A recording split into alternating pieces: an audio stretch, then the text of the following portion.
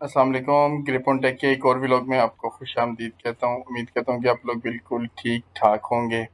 आज आपको पता है कि हमारी बेरिंग डैमेज एनालिसिस की एक सीरीज़ चल रही है, और जो हमारी पिछली वीडियो थी उसमें भी हमने बेरिंग डैमेज एनालिसिस को डिस्कस किया था। और इस कंटेंट को, इस टॉपिक को सिलेक्ट करने का मकसद ये था कि आप लोगों के जब बेरिंग फेल होते हैं और जब आप वो निकालते हैं बेरिंग, तो आप लोग एक विजुअली उसकी इंस्पेक्शन कर लें और आपको पता चल जाए कि वो बेरिंग क्यों फेल हुआ है, ताकि नेक्स्ट बेरिंग जो है ना वो आपका उसी प्रॉब्लम की वजह से ना फेल हो।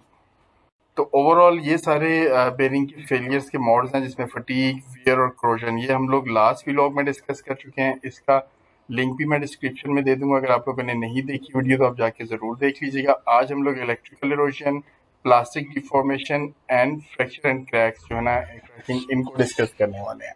तो स्टार्ट करते हैं हम लोग इलेक्ट्रिकल इरोजन से। इलेक्ट्रिकल इरोजन जो होती है, इसमें आगे फिर फर्दर इसकी दो टाइप हैं, एक एक्सेसिव वोल्टेज है और एक करंट लीकेज है। तो सबसे पहले हम ये देखते हैं कि इलेक्ट्रिकल इरोजन होती क्या है। इलेक्ट्रिकल इरोजन जो बेसिकली वो रिमूवल ऑफ मटेरियल होता है। किस जगह से? कॉन्टैक्ट सरफेसेस से, जहाँ पे बेरिंग में जो बॉल होती है, बॉल और उसकी जो रेस होती है ना, वो जिस जगह पर कॉन्टैक्ट कर रही होती है, उस कॉन्टैक्ट एरिया से आपका कुछ मटेरियल रिमूव होना स्टार्ट हो जाता है। वो किस वजह से स्टार्ट होता है? क्योंकि वहां पर पैसेज ऑफ इलेक्ट्रिक करंट होता है, करंट वहां से गुजर रहा होता है और वहां पे प्रॉब्लम क्रिएट करना शुरू कर देता है। अब एक्सेसिव वोल्टेज और करंट लीकेज लीकेज जो है ना, वो इसी के दो डिफरेंट टाइप्स हैं। तो हम लोग सबसे पहले स्टार्ट करते हैं एक्सेसिव वोल्टेज से। एक्सेसिव वोल्टेज क्या होती है? एक्सेसिव वोल्टेज होती है आप लोग का हाई करंट जो होता है ना, वो पास होता है बेरिंग में से, और वो कॉज होता है स्पार्किंग का। जब वहां पे स्पार्किंग होती है तो वहां पे हीट जनरेट होती है। जब वो हीट जनरेट होती है तो वहां पे मेल्टिंग, वेल्डिंग स्टार्ट हो जाती है, जिसकी वजह से क्रैटर्स बनते हैं, गड़े बनना स्टार्ट हो जाते हैं। और वो गड़े जो होते हैं ना, वो 0.100 मिलीमीटर तक के बन सकते हैं। अब अगर मैं इसकी आपको विजुअली कुछ पिक्चर्स दिखाऊं, ये एक्सेसिव वोल्टेज की कुछ पिक्चर है फेलियर्स की। जब आप बेरिंग को निकालें और आपको रोलिंग एलिमेंट या रेस पे इस किस्म के छोटे छोटे गड़े दिखाई दें, या देखें, ये देखें, ये रेस के ऊपर एक छोटा सा, यहाँ पे ये देखें, ये छोटे छोटे गड्ढे बने हुए हैं, और इसी के इम्पैक्ट ऊपर रोलिंग एलिमेंट बॉल या रोलर के ऊपर भी आए होंगे।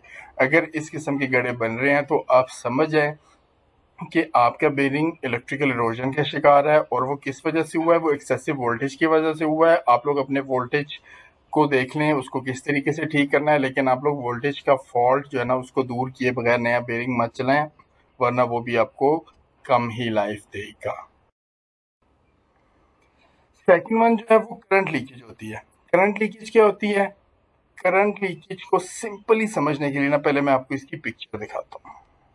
ये देखें, अगर आपके बेरिंग में इस तरह की पतली पतली बारीक सी लाइंस जो है ना ये नजर आ रही हैं, ये देखें, ये रेस के ऊपर इसकी बारीक बारीक लाइंस है। यहाँ पर ये देखें, ये बारीक बारीक लाइंस है, रोलिंग एलिमेंट के ऊपर भी, इसके ऊपर भी। इस किस्म की अगर लाइंस आ रही है ना, तो समझ लें कि आपकी करंट की लीकेज है। जैसे कुछ वीएफटी मोटर्स होती है ना, उसमें से अगर करंट लीक हो रहा है और वो प्रॉपरली ग्राउंड नहीं है, तो क्या होता है कि वो करंट लीक होता हुआ शाफ्ट पे आता है। शाफ्ट के ऊपर ऑफ कोर्स बेरिंग लगा होता है, तो वो बेरिंग में इस किस्म के निशान को डालना शुरू कर देता है, जिसकी वजह से बेरिंग जो है वो फेल हो जाता है आपका। अगर इस किस्म के प्रॉब्लम आ रहा है तो आप लोग पहले उस करंट लीकेज को दूर करें, यानी अपनी उसकी ग्राउंड वगैरह को चेक करें कि वो प्रॉपर है कि नहीं है। इसका एक टूल भी मिलता है, लीक डिटेक्टर, वो भी आप लोग परचेज कर सकते हैं। उससे भी आपको पता चल जाएगा कि इसी लीकेज हो रही है कि नहीं हो रही वहां पर। जो second, third, sorry, fourth type जो है वो है प्लास्टिक डिफॉर्मेशन।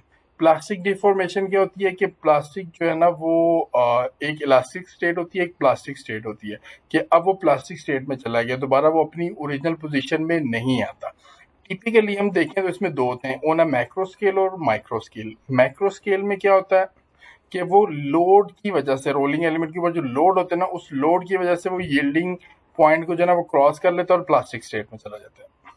जो माइक्रो स्केल है उसमें क्या होता है कि वो रोलिंग एलिमेंट रेस में जो है ना वो कुछ मेटल पार्टिकल, कुछ डेब्रिस वगैरह उसके अंदर आ जाती है, और उसकी वजह से वहां पे हीट जनरेट होती है, और वो उसकी वजह से जो है ना वो यील्डिंग पॉइंट पे अपने चला जाता है और दोबारा अपनी ओरिजिनल पोजीशन पे नहीं आता।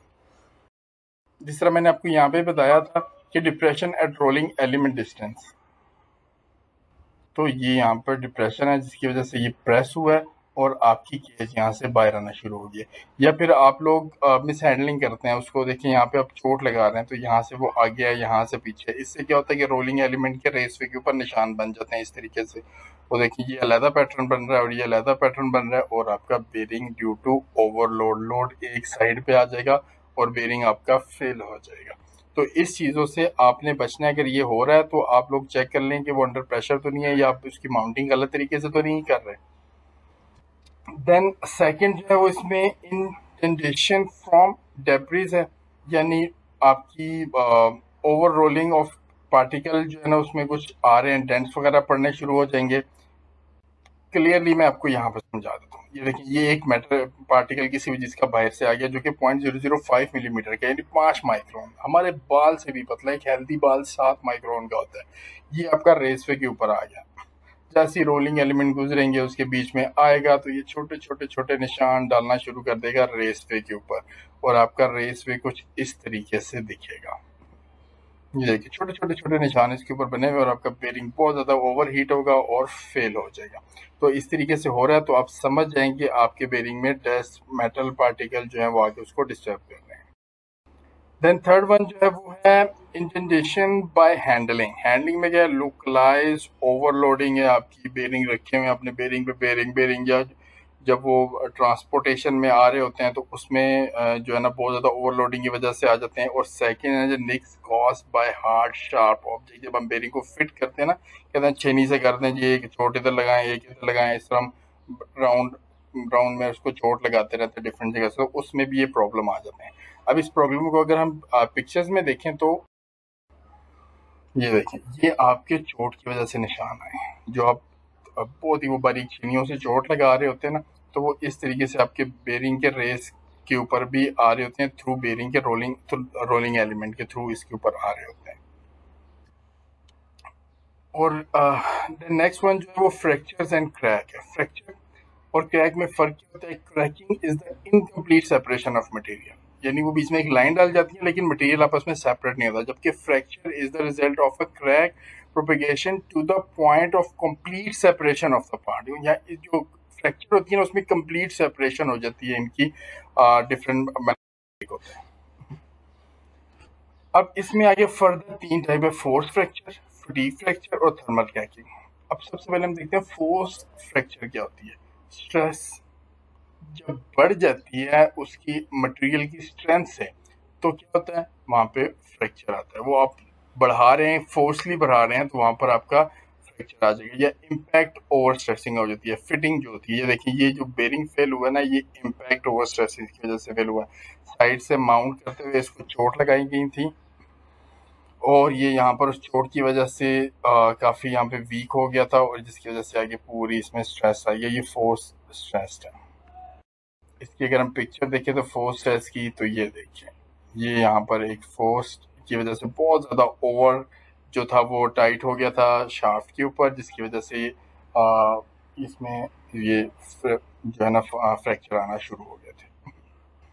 देन सेकंड वन जो है ना वो फटीग फ्रैक्चर है। फटीग फ्रैक्चर क्या होता है? Exceeding fatigue strength under bending. First ये होता है, फिर क्या होता है उस जब स्ट्रेंथ बढ़ती है तो क्रैक इनिशिएट होता है उसमें, और वो कॉज करता है force fracture of the inner ring का। अब ये देखिए फटीग फ्रैक्चर की ये कुछ पिक्चर्स हैं, बिल्कुल ही ये सेपरेट हो चुके हैं इसका आपस में यहाँ से। और ये किस वजह से हुआ है कि आप लोगों ने इसको बहुत ज्यादा ओवर टाइट कर दिया था। जो लास्ट वन है वो है थर्मल क्रैकिंग का। सबसे ज्यादा ये फेलियर आता है heavy sliding and insufficient lubricant. बहुत ज्यादा आपस में बेरिंग के रोलिंग एलिमेंट रगड़ खाना शुरू कर देते हैं, बहुत ज्यादा टेम्परेचर को बढ़ा जाते हैं, हाई फ्रिक्शन एंड हीट होती है, और आपका bearing crack at right angle to the sliding direction में जो है ना वो क्रैक होना शुरू। इस तरह की आपको बेरिंग की कुछ शक्ल मिलेगी, और बेरिंग बिल्कुल आपका जो है ना वो उसके ऊपर लुब्रिकेंट्स के मार्क्स होंगे, क्रैकिंग के मार्क्स होंगे, बेरिंग आपका बिल्कुल खत्म हो चुका है। अगर इस तरह का हो रहा है तो आप चेक कर लें कि आपके बेरिंग का लुब्रिकेंट ठीक यूज हो रहा है और वो आप टाइमली कर रहे हैं, उसको ठीक तरीके से कर रहे हैं, लुब्रिकेंट उसको पहुंच रहा है कि नहीं पहुंच रहा। गोल्डन लास्ट वर्ड्स हैं, आपने जरूर सुनने हैं, बहुत अहम स्लाइड है ये। अगर आप लोग बचना चाहते हैं अब बेरिंग के बार बार रिपीटेटिव फेलियर से, तो उसके लिए आपको एक एक्सपीरियंस एनालाइजर बनना है। And how to become experienced analyser, उसके लिए जब आपका बेरिंग फेल होता है, बेरिंग जब फेल हो तो अंधाधुंध बेरिंग को निकाल के फेंक के नया बेरिंग आप लोगों ने नहीं लगाना। आपने सबसे पहले बेरिंग को एनालाइज करना है, उसको चेक करना है, प्रैक्टिस करनी है आपने कि ये क्यों फेल हुआ है। क्योंकि practice practice and last but not the least is practice. Practice एक वही चीज़ है जिससे आप एक्सपीरियंस्ड एनालाइजर बन सकते हैं। और बिलीव मी कि 1 डेढ़ 2 महीने के अंदर ही आपका जो भी बेरिंग फेल होगा, आपके बेरिंग हाथ में आएगा, आप बता देंगे कि यार ओहो ये तो ये मसला है, इसको ये ठीक करो और नया बेरिंग लगा दो, तो आपके बेरिंग की लाइफ ऑटोमेटिकली बढ़ना शुरू हो जाएगी। Thank you very much for watching my video. उम्मीद है कि आपको ये वीडियो, ये कंटेंट, ये टॉपिक पसंद आया होगा और आपको आपकी प्रोफेशनल लाइफ में बहुत ज़्यादा हेल्प भी करेगा। तो प्लीज़ आपने मेरे चैनल को सब्सक्राइब ज़रूर करना है एंड इसको अपने फ्रेंड्स और कलीग्स के साथ शेयर भी ज़रूर करना है। नेक्स्ट वीडियो में मुलाकात होगी, अपना ख्याल रखिएगा। अल्लाह हाफिज़।